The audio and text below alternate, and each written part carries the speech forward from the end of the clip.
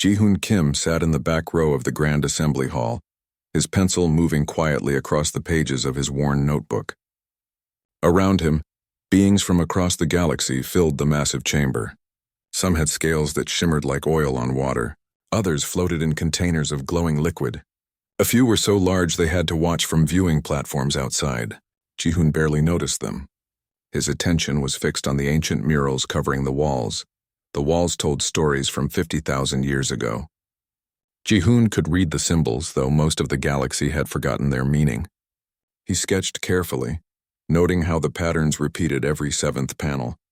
It was fascinating. He had spent 3 years requesting permission to attend this ceremony, not for the coronation itself, but for these walls. Earth's government had finally agreed to send him as their cultural observer. Yuna Park, his security officer friend, stood near the doorway watching the crowd with suspicious eyes. The hall grew silent. Ji-hoon looked up from his notebook. At the center of the chamber, on a platform of black stone, stood Vethkral. The Aetheron was massive, nearly 4 meters tall, his body made of crystal that pulsed with inner light. When he moved, the air itself seemed to bend around him. Ji-hoon had read that Vethkral could crush a spacecraft with his mind. The Emperor had conquered 200 star systems without ever touching a weapon. Today, Vethkral would become more than an emperor. He would become the Galaxy Monarch, the single most powerful being in known space. The crown would make him unstoppable. Elder Mixthor, keeper of the ancient rituals, moved forward. He was old even by galactic standards, his form barely visible inside his environmental suit. He carried a simple metal box. When he opened it, light spilled out. The crown of dominion rose from the box, floating in the air. It looked plain, just a circle of dull silver metal, but Ji-hoon felt something when he looked at it. A pull, a whisper at the edge of his mind. He shook his head and returned to his sketching. This wasn't his concern. He was just here to study the walls. Elder Mixthor spoke in the old language. Ji-hoon understood it, which surprised him. The words seemed to translate themselves in his mind. The elder was describing the crown's purpose, how it bonded with the strongest consciousness in the galaxy, how it had chosen monarchs for thousands of generations. Vethkral stepped forward. His confidence filled the room. He raised his arms and the crown floated toward him. Every being in the hall held their breath. The crown stopped. It hovered just beyond Vethkral's reach. The Emperor frowned. He reached out with his mind, and Ji-hoon felt the wave of psychic force roll through the chamber. Several smaller beings collapsed. Yuna grabbed the doorframe to steady herself. But the crown didn't move toward Vethkral. Instead, it turned. The crown drifted across the hall. It moved slowly, deliberately, like it was searching for something. Ji-hoon watched it come closer. He should have felt afraid, but he didn't. The whisper in his mind grew louder. Not words exactly, but feelings. Recognition. Welcome. Home. The crown stopped above Ji-hoon's head. He looked up at it. His pencil fell from his fingers. The crown descended slowly and settled on his head. It was warm. The moment it touched him, Ji-hoon's world exploded with sensation. He could feel every mind in the chamber. Not their thoughts exactly, but their presence. 847 species, each one unique, each one suddenly part of him. And beyond that, deeper, he felt others. The previous monarchs, 50,000 years of memories, knowledge, choices. They rushed through him like a river. Ji-hoon gasped and grabbed the edge of his seat. The chamber erupted in chaos. Delegates jumped to their feet. Some screamed. Others activated their weapons. Yuna was running toward him, her face pale. Vethkral stood frozen on his platform, his crystalline body flickering with rage. Elder Mixthor raised his hands for silence. It took several minutes before the noise died down enough for him to speak. The crown is chosen. His voice echoed through the hall. The human is our new galaxy monarch. A delegate from the Karathi Empire stood. His voice was like grinding stones. This is impossible. Humans are nothing. They have no psychic power, no strength. They've been in space for barely 300 years. The crown must be broken. Other voices joined in agreement. Ji-hoon tried to stand, but his legs wouldn't work. The crown felt heavier now, or maybe it was the weight of all those minds pressing against his. Yuna reached him and grabbed his arm. "Are you okay?" she whispered. Ji-hoon shook his head. He wasn't okay. He was a xenoarchaeologist. He studied dead civilizations. He had no business wearing this crown. He reached up to take it off, but his hands wouldn't touch it. The crown wouldn't allow itself to be removed. Vethikral's voice cut through the noise like a blade. The crown belongs to me. I am the strongest being in this galaxy. I have conquered worlds. I have bent entire civilizations to my will. That human is nothing. Elder Mixthor turned to face the Emperor. The crown cannot be taken by force. You know the ancient laws. Only death or willing abdication can transfer it. The crown has made its choice. Vethikral's crystal body blazed brighter. The temperature in the hall rose. Several delegates backed away from the platform. For a moment, Jihun thought the Emperor might attack him right there, but Vethikral held himself back, then let the human prove himself worthy. Give him the trials. When he fails, as he must, the crown will seek a true monarch. The assembly erupted in debate again. Jihun barely heard it. The voices of the past monarchs were speaking to him, showing him fragments of their lives. He saw wars that had reshaped the galaxy. He saw decisions that had saved billions and damned billions more. He saw the weight of the crown, the price of dominion. He didn't want this. He never wanted power. All he wanted was to sketch ancient murals and understand the civilizations that came before. But the crown had chosen him. And as Elder Mixthor had said, the crown's choice could not be wrong. Jihun forced himself to stand. His notebook lay forgotten on the floor. Yuna steadied him as he found his balance. The chamber fell silent again as the human wearing the crown of dominion straightened his back and looked out at the assembly. He didn't know what to say. He wasn't a leader. He wasn't a warrior. He was just a man who liked old stories and quiet rooms. But 847 species were watching him, waiting, judging. So Jihun did the only thing he could think of. He bowed, not a slight nod of acknowledgement, a deep, respectful bow, the kind he had learned studying the ancient protocols carved on those walls, a bow that said he understood he was not above them, that he would serve, not command, that he would listen, not demand. Some of the delegates shifted uncomfortably. Others looked confused. Vethikral's crystalline face twisted in disgust, but Elder Mixthor's eyes, barely visible through his environmental suit, seemed to soften. The old being nodded slowly, as if Jihun had just answered a question he hadn't known was being asked. The first test would begin in 30 rotations. Jihun had that long to prepare to understand what was happening, to figure out how a human with no powers and no desire for throne could possibly prove worthy of a crown that had chosen kings and conquerors for 50,000 years. As the assembly dissolved into smaller groups of angry discussion, Yuna helped Jihun toward the exit. He looked back once at the murals on the walls. He still wanted to sketch them. He still wanted to understand their secrets. He just hadn't expected to become part of their story.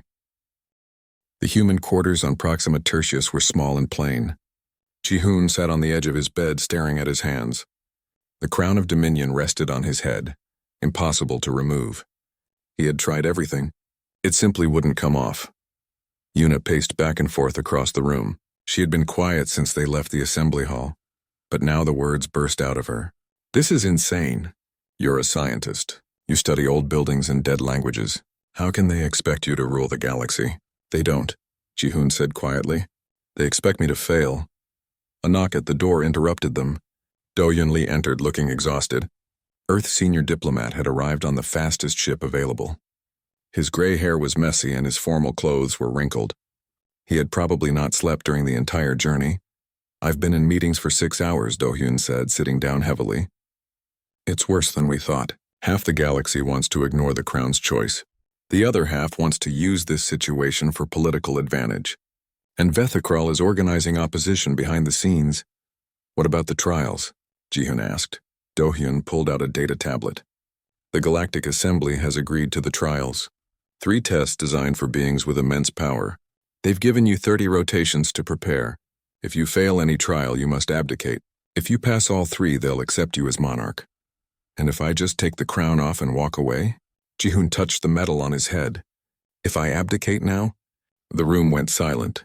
Finally, Do-hyun spoke. Then Vethikral becomes monarch, a being who conquered 200 systems through force, who believes the strong should rule the weak. The galaxy would become an empire again. Jihun closed his eyes. The voices in his head whispered constantly now. previous monarchs sharing their memories. He saw empires rise and fall. He saw peace bought with blood and treaties written in fear.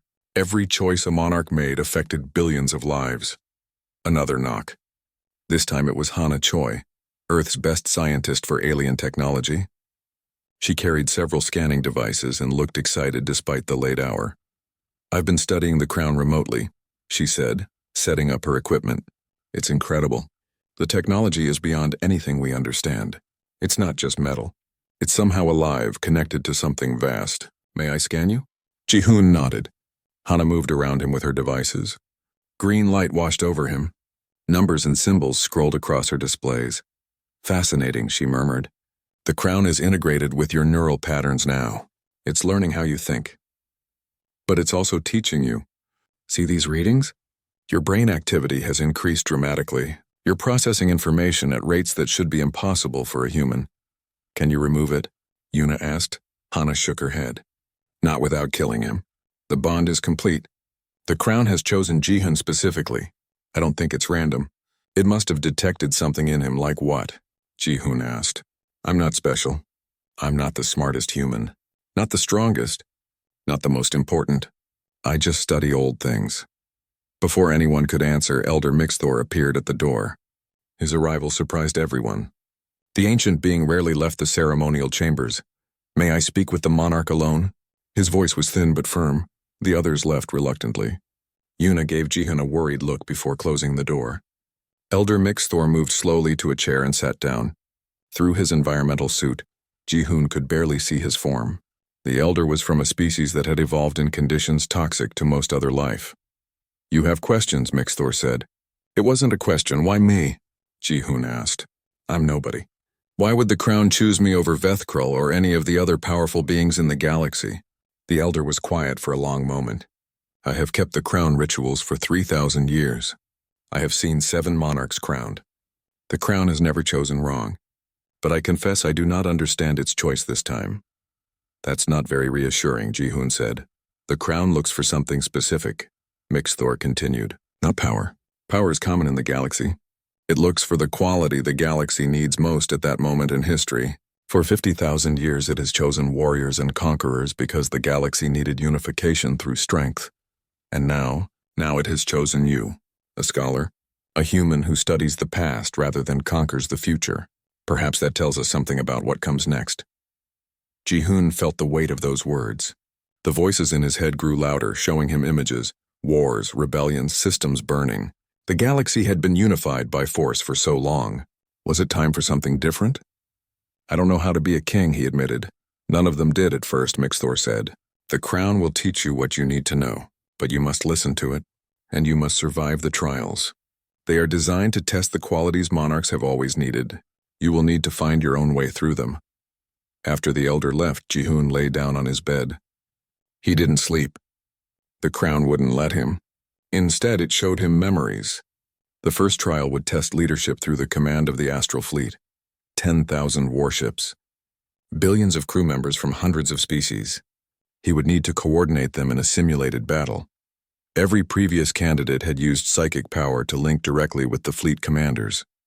They had commanded through pure mental force, overwhelming resistance with the strength of their will. Vethkrul could have done it easily. His mind was powerful enough to touch every consciousness simultaneously. Ji-hoon couldn't do that. He had no psychic abilities at all. He was just a man with a notebook and too much knowledge about dead civilizations. But as he lay there, listening to the whispers of ancient monarchs, an idea began to form. Power wasn't the only way to lead. He had studied hundreds of civilizations, learned their languages, understood their cultures. What if he approached the trial differently, not as a conqueror giving orders, but as a coordinator bringing different strengths together? Humans had learned that lesson the hard way. Earth had nearly destroyed itself in wars between nations and cultures. Peace had only come when people learned to work together, respecting differences instead of crushing them. Maybe that was what the crown saw in him. Not power, not strength, but the ability to understand others, to find common ground, to build bridges instead of giving commands. It was a fragile hope. The galaxy had never worked that way before, but it was all he had. Outside his window, the lights of the Galactic Assembly complex glowed against the night. Somewhere in those buildings, Vethkrul was planning.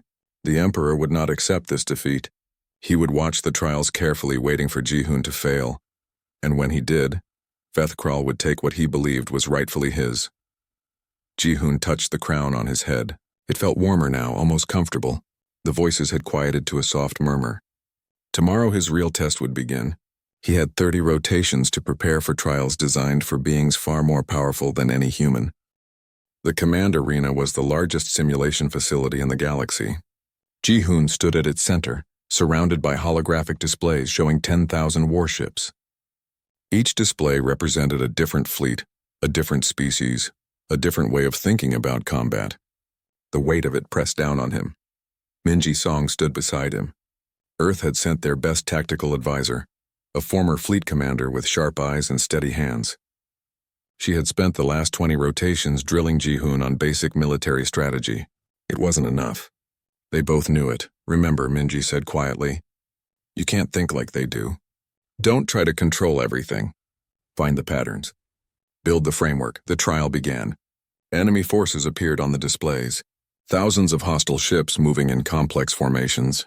Previous candidates had used psychic links to coordinate their fleets. They commanded through pure mental force, directing every ship simultaneously. Ji-hoon couldn't do that. Instead, he did something different. He started talking to the fleet commanders, not giving orders but asking questions. What were their species' traditional combat strengths? What formations did they prefer? What tactics felt natural to them? The commanders seemed confused at first. No one had ever asked them these things before. But Ji-hoon listened carefully to each answer. He made notes, finding connections. The Karathi ships were heavily armored but slow, perfect for defensive lines. The Sylphid vessels were fast but fragile. Excellent scouts and harassers. The Tekron used swarm tactics naturally. He didn't try to force them into a single unified strategy. Instead, he built a framework that let each fleet use its natural strengths. The Karathi would hold the center. The Sylphids would probe for weaknesses. The Tekron would exploit any gaps. Each species doing what they did best, all working toward the same goal. The enemy forces attacked. Ji-hoon's framework held. When problems emerged, he didn't panic and issue new orders. He trusted the commanders to solve issues their own way. And they did. The battle played out over simulated hours. The enemy was defeated. Silence filled the arena. The galactic observers looked shocked.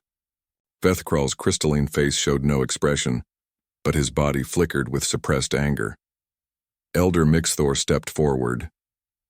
The first trial is passed. The human has demonstrated command not through domination, but through coordination. The method is unusual, but the result is undeniable. The second trial came 5 rotations later. The Void Crucible was a pocket dimension where the laws of physics became suggestions. Gravity shifted randomly. Time flowed backward and forward. Reality itself was unstable.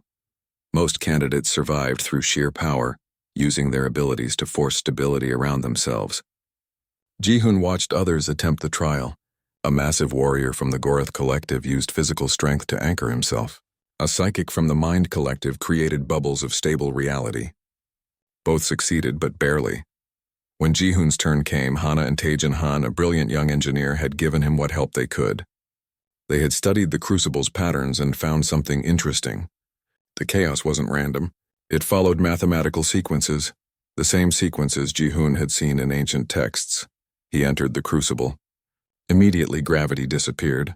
He floated upward, then fell sideways as the direction changed. Time rippled around him. He saw himself enter the chamber, then saw himself exit, then saw himself floating in the present all at once. But he didn't fight it. He watched. He recognized the patterns. Every 7th cycle, gravity shifted to the left. Every 5th cycle, time reversed. The ancient builders had encoded these rhythms into the structure itself. They weren't trying to destroy candidates. They were testing if candidates could learn and adapt. Ji-hoon moved with the chaos instead of against it. When gravity shifted, he was already positioned for the new direction. When time reversed, he had already planned his previous moves to account for it. He crossed the Crucible in half the time of previous successful candidates, the observers murmured. Even Vethkrul leaned forward. This human was doing things that shouldn't be possible. The third trial was different. No combat, no physical challenge. Just 10 disputes between species, each one complex and bitter.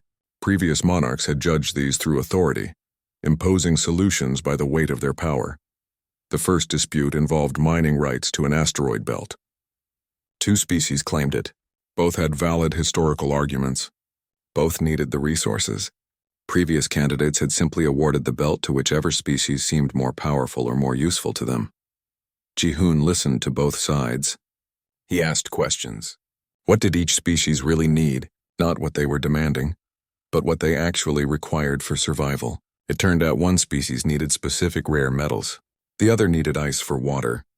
The belt had both. They could share it, each mining what they needed.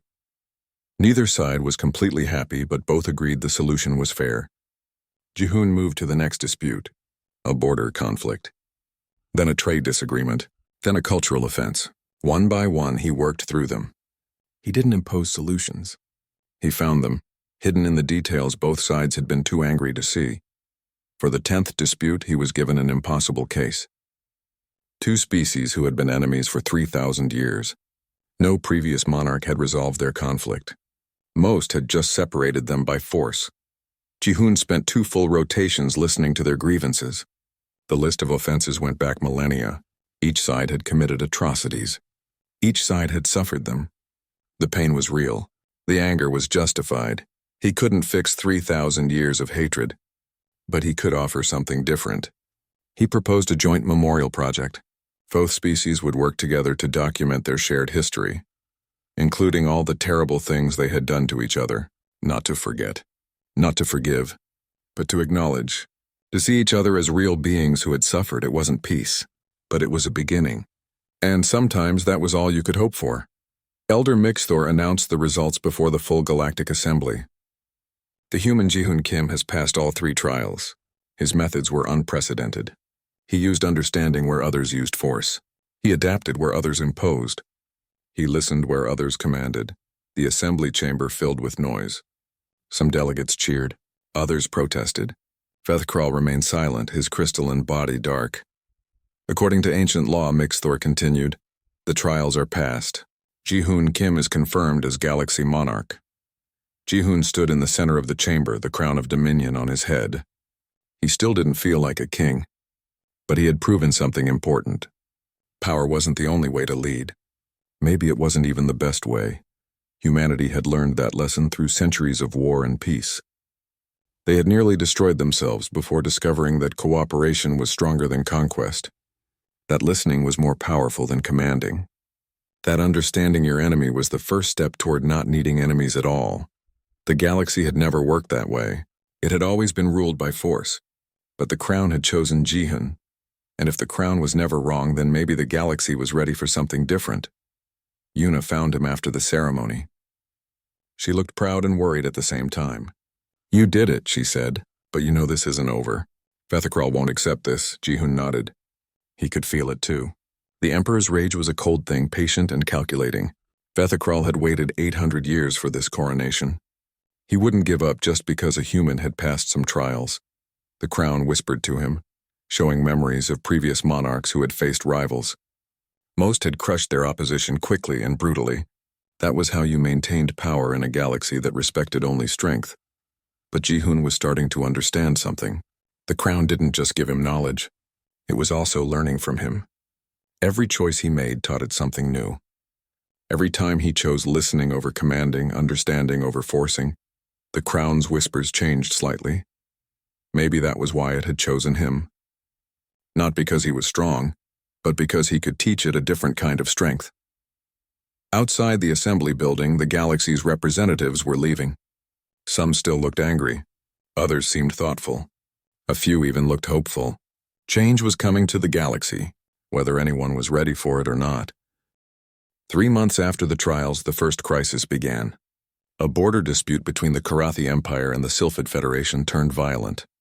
Ships fired on each other. A mining station was destroyed. 12,000 beings died in the initial attack. Ji-hoon received the reports in his new quarters on the Monarch station, a massive structure that orbited neutral space. The weight of those deaths settled on his shoulders. The crown showed him memories of previous monarchs facing similar situations. Their solution had always been the same: send overwhelming force, make an example, show strength, But something felt wrong. The Karathi and Sylphid had worked together during his first trial. They had coordinated beautifully. Why would they suddenly attack each other now? Yuna burst into his office without knocking. She had been investigating the incident. It doesn't make sense, she said, spreading data files across his desk. Look at the timing. The Karathi ship that fired first had just changed commanders. The Sylphid station that was destroyed had just completed a security upgrade. Both events happened in the same rotation. You think someone arranged this? I think someone wanted you to see a crisis, Yuna said. Someone who wants to test how you respond. Or prove you can't handle being Monarch. Hyunwoo Nam, the intelligence operative, appeared in the doorway. He looked tired. He had been working with Yuna constantly since the coronation. We found something, he said. Communication traces. Someone contacted both sides before the incident. The messages were encrypted, but the pattern matches known Aetheron protocols, Vethkral. Jihoon closed his eyes. The crown whispered warnings. The Emperor was dangerous. Previous monarchs had eliminated threats immediately and without mercy. But Jihoon had no proof, just suspicions. Starting a conflict with Vethkral without evidence would make everything worse. He made a decision. Instead of sending military forces, he would go himself. The Galactic Assembly was shocked when he announced it. Do Hyun Lee tried to convince him to reconsider. Monarchs don't do this, the diplomat said. You command from a position of strength. You don't travel to crisis zones personally. It shows weakness, or it shows I care, Jihoon replied. I'm not a traditional monarch. Maybe that's the point. He took a small ship to the border zone. Narilim, a young translator and cultural expert, came with him. She spoke both Karathi and Sylphid languages fluently. Together they met with leaders from both sides. The meetings were tense. Both sides blamed the other. Both wanted justice. Both expected the monarch to take their side and punish their enemies. Instead, Jihoon asked questions. He wanted to understand what had really happened. Slowly, a picture emerged. Neither side had wanted conflict. Both had been provoked by messages claiming the other was planning an attack. Both had responded defensively. Someone had manipulated them both. Jihoon proposed a joint investigation. Initially, both sides refused. They didn't trust each other. But he persisted. He reminded them how well they had worked together during the trials. He pointed out that they were both victims of the same manipulation. It took 3 weeks of constant mediation, but eventually they agreed. The joint investigation found the source of the false messages. It pointed toward Aetheron space, but the evidence wasn't conclusive. Not enough to accuse Vethkral directly, but it was enough to prevent war. The Karathi and Sylphid signed a new treaty. They established direct communication channels to prevent future manipulation. The crisis ended without further violence. Jihoon returned to Monarch Station exhausted. The crown had grown heavier. The voices of previous monarchs were critical. He had wasted time on diplomacy, when he should have shown strength. He had made himself look weak by traveling personally to resolve disputes, but the crisis was resolved. That had to count for something. More crises followed. A trade route was sabotaged. Ancient grudges between species suddenly reignited. Border skirmishes erupted in 3 different sectors. Each time Jihoon responded the same way. He went personally. He listened. He mediated. It was exhausting work. Unglamorous. Each conflict required weeks of careful negotiation. Sora Shin, a psychologist Earth had sent to help him, warned that he was pushing himself too hard. You're carrying too much, she said during one of their sessions. The crown is showing you every decision previous monarchs made, every success and every failure. It's overwhelming your sense of self. She was right. Jihoon could feel himself changing. The weight of 50,000 years of history pressed down on him. Sometimes he forgot who he was. He wasn't sure if the thoughts in his head were his own or echoes from the past, but he kept working. Because the alternative was allowing the galaxy to slide into chaos, and that would mean Vethkral had won. The Emperor watched from his palace in Aetheron space. Jihoon knew this because intelligence reports showed increased activity. Vethkral was meeting with other powerful beings, building alliances, preparing something. Hyunwoo's investigations continued. He found patterns in the crises. Each one was designed to make Jihoon look weak, to show that a human couldn't handle the pressures of ruling the galaxy, to convince other species that they needed a stronger monarch. But something unexpected was happening. The species Jihun had helped were starting to support him. Not because he was powerful, but because he had shown he cared about their problems. He had listened when others would have just given orders. Word spread through the galaxy. The human monarch was different. He didn't rule through fear. He built relationships. He found solutions instead of imposing them. It was a strange way to lead, but it was working. Vethikral's frustration grew. His subtle manipulations were failing. The conflicts he had carefully arranged were being resolved through diplomacy instead of war. The human was doing the impossible, so the Emperor decided to escalate. The warning came from Elder Mixthor. The ancient being appeared at Monarch Station with urgent news. Vethkrul has accessed forbidden archives, the Elder said. He is researching ancient weapons, things that were sealed away for good reason. What kind of weapons? The Devourer Gates, Mixthor's voice was heavy. Devices created by the ancients that can consume entire star systems. They were sealed because even the old monarchs feared their power. If Vethikral activates one, billions will die. Jihun felt ice in his stomach. The crown showed him memories of the Devourer Gates. Previous monarchs had debated destroying them entirely, but they were too dangerous to approach. Instead, they had been sealed behind barriers that only immense psychic power could break. Power that Vethikral possessed. Can you stop him? Mixthor asked. Jihun didn't know. He had passed the trials. He had managed to resolve conflicts through diplomacy. But he had no power to fight someone like Vethikral. If the Emperor activated a Devourer Gate, Jihun wouldn't be able to stop it, unless he could find another way. He called an emergency meeting. Yuna, Hyunwoo, Dohyun, Hana, Minji, Taejin, Sora, Nari. All the humans who had been helping him, plus representatives from the species he had worked with, the Karathi and Sylphid who had resolved their border dispute, the ancient enemies who were now working on their joint memorial. Vethikral is going to force a choice, Jihun said. He'll activate a weapon I can't stop. Then he'll offer to save everyone if I abdicate. He's going to make the galaxy choose between me and survival. So we find another option, Hana said. We always do. They worked through the night searching for a solution. The Devourer Gates were ancient technology, barely understood. But somewhere in the galaxy's vast knowledge, there had to be an answer. There had to be a way to save everyone without surrendering to a tyrant. The alarms came 3 days later. A Devourer Gate had awakened in the Tertian sector. Energy readings showed it consuming the nearest star system. In 48 hours, it would spread to inhabited worlds. In 72 hours, it would be unstoppable. Millions would die first. Then billions. Jihun stood in the command center of Monarch Station, watching the disaster unfold on holographic displays. The crown showed him memories of previous Devourer Gate incidents. Only twice in 50,000 years had they been activated. Both times the monarchs had used immense psychic power to shut them down. Power that Jihun didn't have. Bethikral's message arrived within minutes. His crystalline face appeared on every screen in the galaxy. His voice was calm and confident. Citizens of the galaxy, I speak to you in your darkest hour.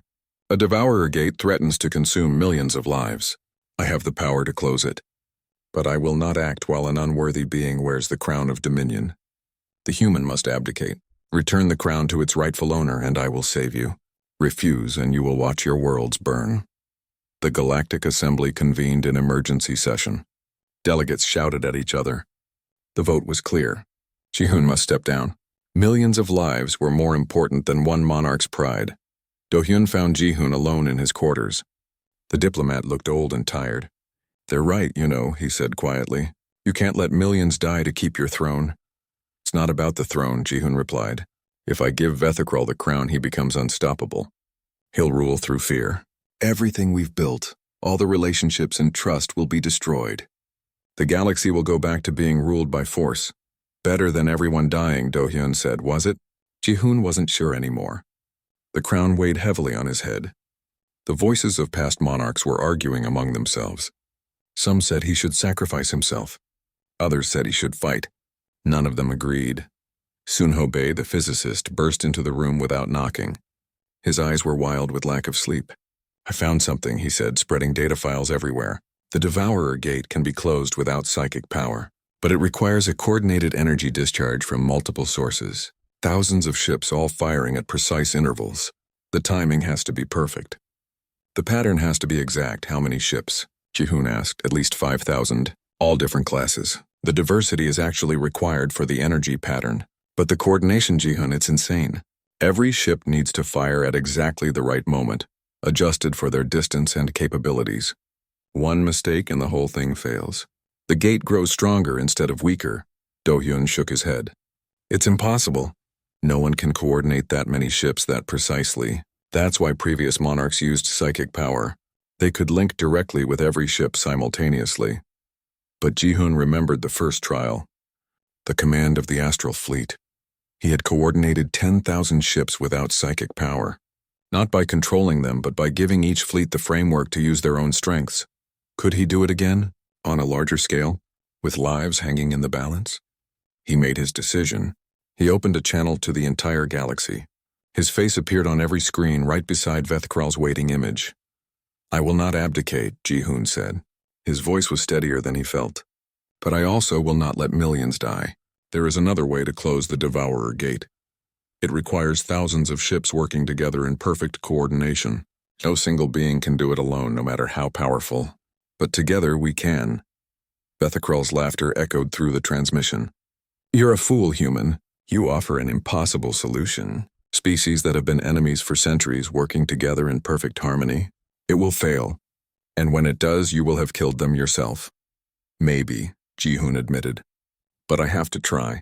Because the alternative is surrendering to fear. And that's not the galaxy I want to lead. He sent the coordination plans to every ship in the galaxy. Sunho's calculations. Minji's tactical frameworks. The timing sequences. Everything needed to close the gate. Then he waited to see if anyone would respond. The first ship to volunteer was from the Karathi Empire. The captain's message was simple. You resolved our conflict when others would have just punished us. We trust you. Then the Sylphid Federation joined. Then others. The two ancient enemies who were working on their memorial project. The fleets that had fought together in the first trial.